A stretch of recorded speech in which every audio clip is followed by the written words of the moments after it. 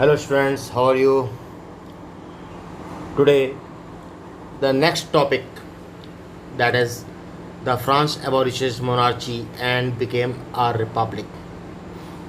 Before starting this chapter, let us talk something what you have read in the previous slide, the last slide. In the previous last slide we have done that the outbreak of the revolution, and number 2 is the France becomes a constitutional monarchy. किस प्रकार से वो constitutional monarchy में तब्दील हुआ, ठीक है ना। अब हम लोग बात करते हैं बेटा दैट फ्रांस में मोनार्ची एबॉलिश हो चुकी थी और वहाँ पर नया रिपब्लिक बन गया, ठीक है। यहाँ पर बेटा मैंने इसको 5 पार्ट में डिवाइड किया है। वो 5 पार्ट में मैंने पहला दिया है आपको पॉलिटिकल रीजंस, दूसरा इकोनॉमिक रीजंस है, तीसरा एमरजेंस ऑफ क्लब्स है, चौथा इमीडिएट रीजंस है और पांचवा इस्टेब्लिशमेंट ऑफ कन्वेंशन है, ठीक है। तो यहाँ पे मैंने पहले आपको लिखा है that the situation in France continue to be tense in the following years. बहुत टेंस वाला माहौल था वहाँ पर। And that ensuing event led to the establishment of republic, जो एक कारण बना रिपब्लिक बनाने में, ठीक है ना। कौन कौन से रीजंस थे वो रीजंस नीचे लिखे हुए हैं। मैंने लिखा है the below mention reasons were responsible for this. So number 1 is the political reasons. Number 1 is the political reasons. यहाँ पर बेटा मैंने लिखा है पॉलिटिकल रीजंस। अगर हम इसको दूसरे रूप में माने, इसकी हेडिंग अगर आप दूसरे रूप में देखना चाहो या इजी वे में, तो हम इसको कह सकते हैं पॉलिटिकल रीजंस को that the situation of France after July revolution. यहाँ पर पॉलिटिकल रीजंस को हम क्या कह सकते हैं, सिचुएशन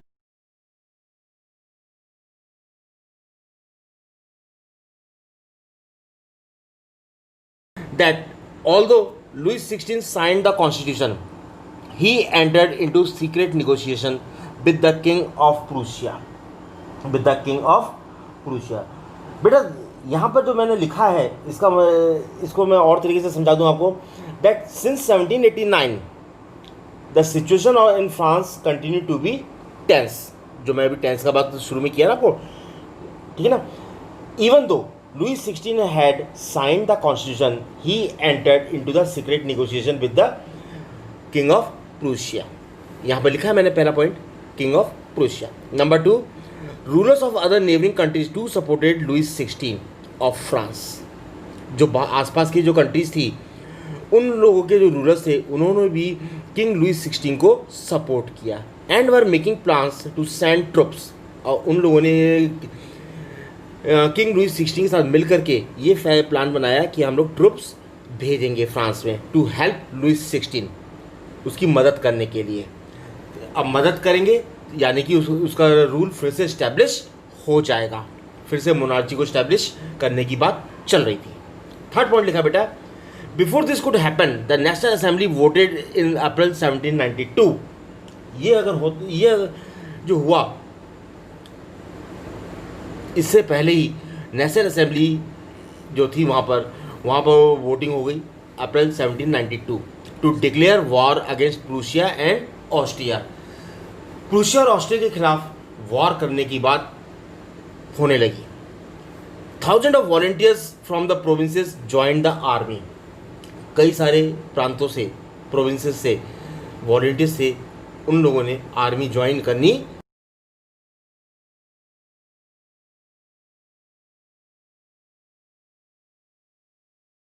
ओवर यूरोप। यहाँ पर बेटा एक चीज़ जो मैंने यहाँ पर लिखी है कि कई सारे लोग जो थे प्रोविंसेस से वॉलंटियर्स के रूप में उन्होंने आर्मी ज्वाइन कर ली। और जिन लोगों ने आर्मी ज्वाइन की वो लोग आर्मी में थे और जिन लोगों ने नहीं की वो अलग थे, ठीक है ना। नेक्स्ट पॉइंट है to motivate themselves volunteers sang patriotic song amongst which the Marseillaise. बेटा यहाँ पर मर्सेलीज जो वर्ड है ये नेशनल एंथम के लिए यूज़ किया गया है, उनका नेशनल एंथम है, ठीक है ना। किसने कंपोज किया था नेशनल एंथम? उनका नाम मैंने लिखा है, कंपोज बाय द पोएट रॉजर डी लिसल। क्वेश्चन आएगा 1 मार्क्स में, name the poet who composed Marseillaise. तो आपको नाम लिखना है रॉजर de Lisle. Was quite popular, बहुत पॉपुलर था उस समय, ठीक है ना। It is now the national anthem of France, ये वहाँ का फ्रांस का नेशनल एंथम बन गया। अच्छा बेटा, यहाँ पर एक बात और है, that it was sung for the first time by the volunteers, पहली बार गाया गया था वॉलंटियर्स के द्वारा, फ्रॉम मर्सिडीज से, as they march into Paris and got its name. तभी से इसका नेशनल एंथम मर्सिडीज पड़ गया, ठीक है ना। दूसरा जो रीज़न मैंने आपके लिए लिखा है वो है इकोनॉमिक रीज़न। वो क्या है? Economic reason. यहाँ पर इकोनॉमिक रीज़न को अगर हम दूसरे शब्दों में कहें,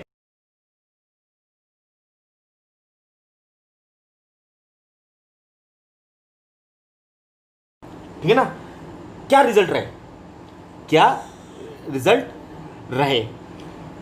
तो यहां पर जो मैंने पहला पॉइंट बनाया है आपका, वो है the revolutionary war brought losses and economic difficulties to the people. भैया ये तो पता है आपको, जब कभी भी किसी देश दो देशों में या कई देशों को मिलाकर लड़ाई छिड़ती है तो वहाँ पर आर्थिक तंगी तो आएगी, लॉसेस तो होंगे ना। हाँ, चाहे वो इकोनॉमिक हो, चाहे वो पॉलिटिकल हो, चाहे वो सोशल हो, लॉसेस तो होते हैं, ये तो पता है ना आपको। Man went out of for war, भाई घर से जो जेंट्स हैं वो तो वॉर पे चले गए, वुमेन्स क्या करेंगी? अब वुमेन्स घर पे रह करके अपनी फैमिलीज़ की देखभाल करते हैं, छोटे मोटे काम करती हैं ताकि अपनी फैमिलीज़ को का ख्याल रख सकें। अब जो छोटे मोटे काम करेंगी उनसे पैसा मिलता है, तो मैंने लिखा है man went out for wars and women earn to look after their families. बात समझ आ गई बेटा। दूसरा पॉइंट है, for people the revolt was not over. कुछ लोगों के लिए ये रिवॉल्ट पूरा नहीं हुआ था। They wanted to get political rights for the poor classes also. वो क्या चाहते थे कि पुअर क्लासेस को भी राइट्स का मिले, कुछ राइट्स उनको मिले। तो यहां पर बेटा एक बात और कहूंगा मैं, that a large segment of the population were convinced that the revolution could had to be carried further, as the constitution of 1791 gave political rights only to the richer section. सबसे बड़ी बात बता रहा हूं मैं आपको, यहां पर उनका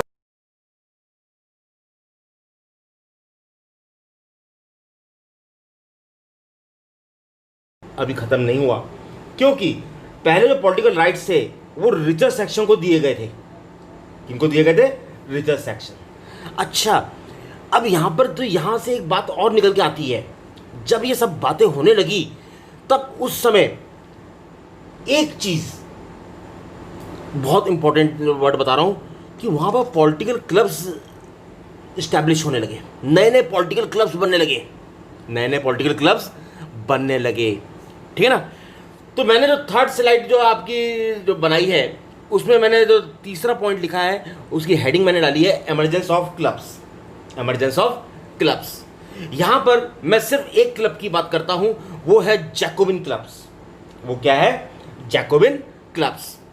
इसको शुरू करने से पहले मैं आपको एक बात याद दिला दूं, हमने पहले की स्लाइड्स में बात किया था कि जो कॉमन पीपल्स हैं वो लोग कहाँ पर बैठ के बात करते थे, या तो बार्बर शॉप में, या कॉफ़ी शॉप्स, ठीक है ना, या पब्स, या कहीं पे भी बीचेस में, वहाँ पर ये लोग बैठ करके आपस में डिस्कस करते थे, गवर्नमेंट की पॉलिसीज़ के ऊपर डिस्कस करते थे, विचार विमर्श करते थे।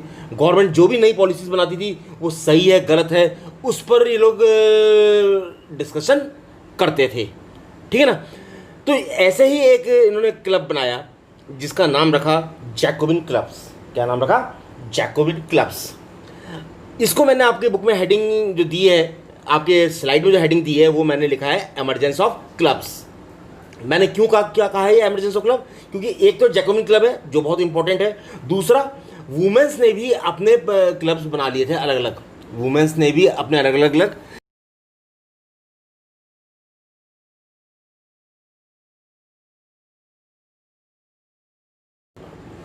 The most successful of these clubs was that the Jacobian clubs, ठीक है ना। अच्छा, इसका नाम जैकोबिन क्यों रखा, अब क्वेश्चन यहां पर आता है, इसका नाम जैकोबिन क्यों रखा। Which gots is name from the former convent of Saint Jacob in Paris, in Paris, ठीक है ना। तो यहां पर कॉन्वेंट का मतलब क्या होता है बेटा, कॉन्वेंट का मतलब क्या है, building belonging to a community devoted to a religious life, तो उनके नाम से इसका नाम रखा जैकोबिन क्लब। क्या नाम रखा, जैकोबिन क्लब। मैं एक बार लाइन फिर से बोल रहा हूं, the most successful of these clubs was that of the Jacobins which got its name from the former convent of Saint Jacob in France, in Paris, ठीक है ना बेटा। चलिए अब हम लोग पहला पॉइंट देखते हैं, the political clubs became important rallying point to discuss government policies and plan the course of action। जितने भी गवर्नमेंट एक्शन लेती थी, प्लान्स बनाती थी, पॉलिसीज बनाती थी, उन पर डिस्कशन करते थे और उनके ऊपर क्या प्रतिक्रिया देनी है उसके ऊपर विचार किया जाता था। Number 2, the most successful of these clubs was that of Jacobins, याद रखना सेंट जैकब, सेंट जैकब, ठीक है ना, ये इनके नाम से बना था Jacobin, which got its name from the former convent of Saint Jacob in Paris. The following are the important point related to this club. अब क्या क्या है इसके इंपॉर्टेंट पॉइंट्स, उसके बारे में हम लोग बात करते हैं। तो यहां पर बेटा सबसे पहला पॉइंट मैंने लिखा है कि जितने भी लोग यहां पर जो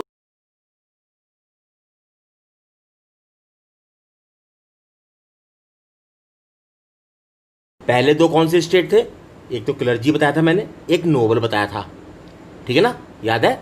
मैंने आपको 3 के स्टेट्स बताए थे शुरू में, एक मैंने बताया था क्लर्जी चर्च से संबंधित, दूसरा नोबल्स जो एडमिनिस्ट्रेशन से संबंधित है, मंत्री उंत्री जिसको हम कहते हैं, तीसरा कॉमन पीपल। उसमें कई सारे लोग आते हैं, उसमें बिजनेसमैन भी हैं, डॉक्टर्स भी हैं, लॉयर्स भी हैं, आपके ट्रेडर्स भी हैं, आर्टिजन्स भी हैं, फार्मर्स भी हैं, लेबरर्स भी हैं, बहुत कोई लोग हैं। तो वो लोग इनके मेंबर्स बने, वो लोग इनके मेंबर्स बने। तो मैंने पहला पॉइंट क्या बनाया, the members of these club belong to less prosperous section of the society. They included small shopkeeper, pastry cooks, watch makers, printers, shoe makers, ठीक है ना, आर्टिजन्स, कई सारे लोग हैं, मैंने लिखे तो 2-3 है, बहुत सारे लोग हैं, as well as servants and daily wages workers, ये सब इनके मेंबर्स बने, ये सब इनके मेंबर्स बने। अब मेंबर तो बन गए बेटा, यहाँ तक तो बात समझ में आ गई, लेकिन इस क्लब को चलाने के लिए भी तो कोई नाम कोई होगा, एक जो उसको लीड करेगा, तो उसका नाम क्या था, मैक्सिमिलियन रॉब्सपायर, मैक्सिमिलियन रॉब्सपायर। तो मैंने लिखा है देयर लीडर वॉज मैक्सिमिलियन रॉब्सपायर, ठीक है ना।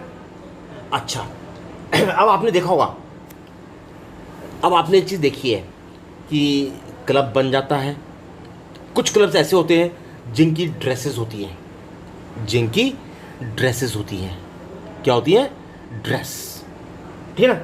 तो यहाँ पर मैंने जो अगला पॉइंट लिखा है, that Jacobin decided to wear long strip trouser,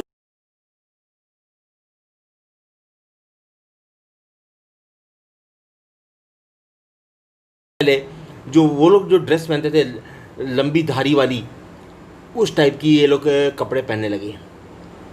they wore this dress to set themselves apart from the nobles, अलग दिखने के लिए, नोबल से अलग दिखने के लिए। Who wore knee breeches, who wore knee breeches, these man also wore a red cap symbolising liberty and clubs. बेटा यहां पर एक वर्ड है ब्रीचेस, इसका मतलब समझ लो आप, ब्रीचेस किससे कहते हैं। आपने देखा है जब घुड़सवारी करते हैं, जब राइडिंग करते हैं, वो लोग जो पैंट पहनते हैं उसको ब्रीचेस कहते हैं। ऊपर से ढीली होती है, नीचे से चिपकी होती है, मोटे कपड़े की बनी होती है, ठीक है ना, वो ब्रीचेस कहलाती है। क्या कहलाती है? ब्रीचेस कहलाती है। नहीं समझ में आया?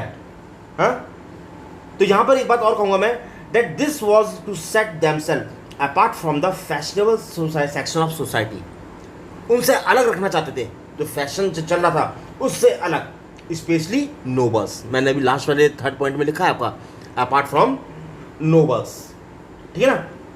अच्छा, it was a way of proclaiming the end of the power wielded by the wearers of knee breeches।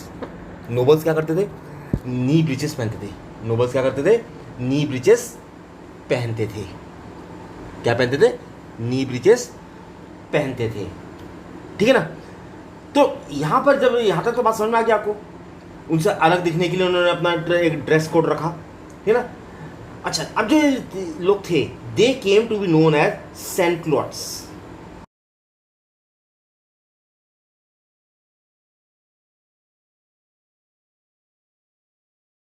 जो नी ब्रीचेस है अलग से है, नी ब्रीचेस से अलग है। आपको समझ में नहीं आया मेरे ख्याल से अभी तक, मैं फिर बता देता हूँ। इन्होंने जो ब्रीचेस वाली जो बारे में बात कर रहा हूँ, ये तो नोबल्स तक पहनते थे। उनसे अलग दिखने के लिए इन्होंने अलग ड्रेस बनाई, दैट विदाउट नी ब्रीचेस। वो सिंपल पैंट होती थी ट्राउज़र टाइप की, वो सिंपल पैंट होती थी ट्राउज़र टाइप की। तो the Jacobins came to be known as the sans culottes, ठीक है ना। अच्छा, लास्ट मैंने यहां पर लिखा है that womens to form their groups and clubs. Womens ने भी अपने ग्रुप्स फाउंड कर लिए थे। वुमेन्स ने भी अपने ग्रुप्स एंड क्लब्स फाउंड कर लिए थे।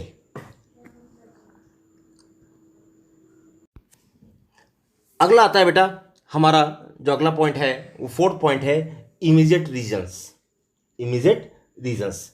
अब यहां पर जो मैंने इमीडिएट रीजंस की जो बात की है बेटा, उसमें बात आती है न्यूली इलेक्टेड असेंबली की। न्यूली इलेक्टेड असेंबली की, ठीक है ना। मैंने पहला पॉइंट लिखा है, in the summer of 1792 the Jacobins planned an इंसुरेक्शन।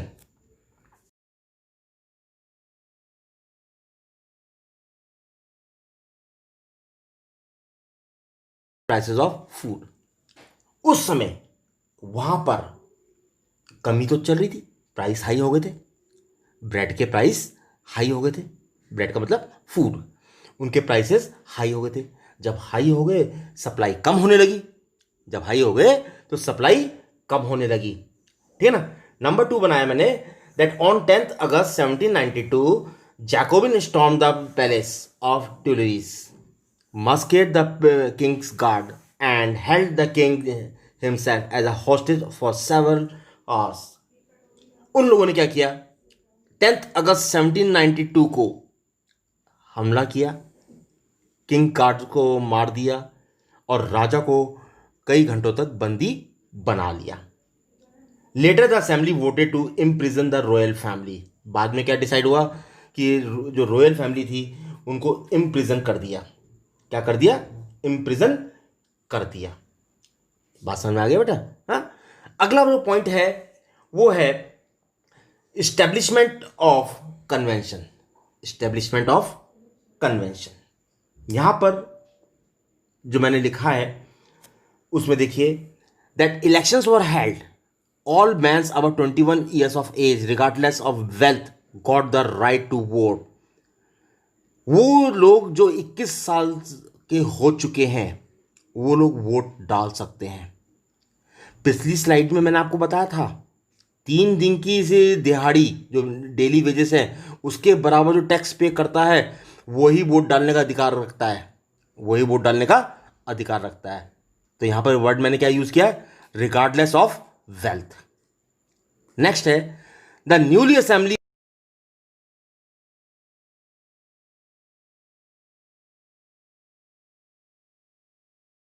Assembly was called the convention, was called the convention. इसी को हम लोग कन्वेंशन कहते हैं। जो नई असेंबली थी इसी को हमने क्या कहा, कन्वेंशन। ठीक है ना। नेक्स्ट पॉइंट है बेटा, on 21 September 1792 it abolish the monarchy. इसको अंडरलाइन कर लेना। 21 सितंबर 1792 को ये मोनार्ची एबॉलिश हो गई and declare France a republic. और फ्रांस क्या बन गया, रिपब्लिक कंट्री बन गया। That is a form of government which is elected by the people. एक ऐसी कंट्री जो जनता के द्वारा चुनी जाए। Next, Louis 16 was sentenced to death by a court on the charge of treason। Louis 16 को कोर्ट की तरफ से डेथ की सजा सुना दी। यहां पर वर्ड यूज हुआ ट्रिजन। ट्रिजन का मतलब होता है राजद्रोह। ट्रिजन का मतलब क्या होता है, राजद्रोह। ये याद रखना, ट्रिजन का मतलब क्या होता है, राजद्रोह। ठीक है ना, क्लियर हो गया बेटा। On 21 January 1793 he was executed publicly at the palace de la Conrod।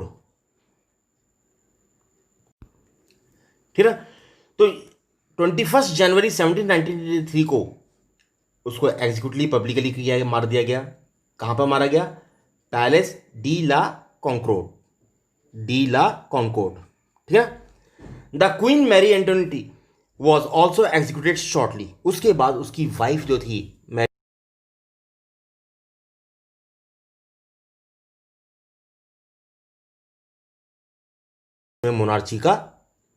Monarchy समाप्त हो गई।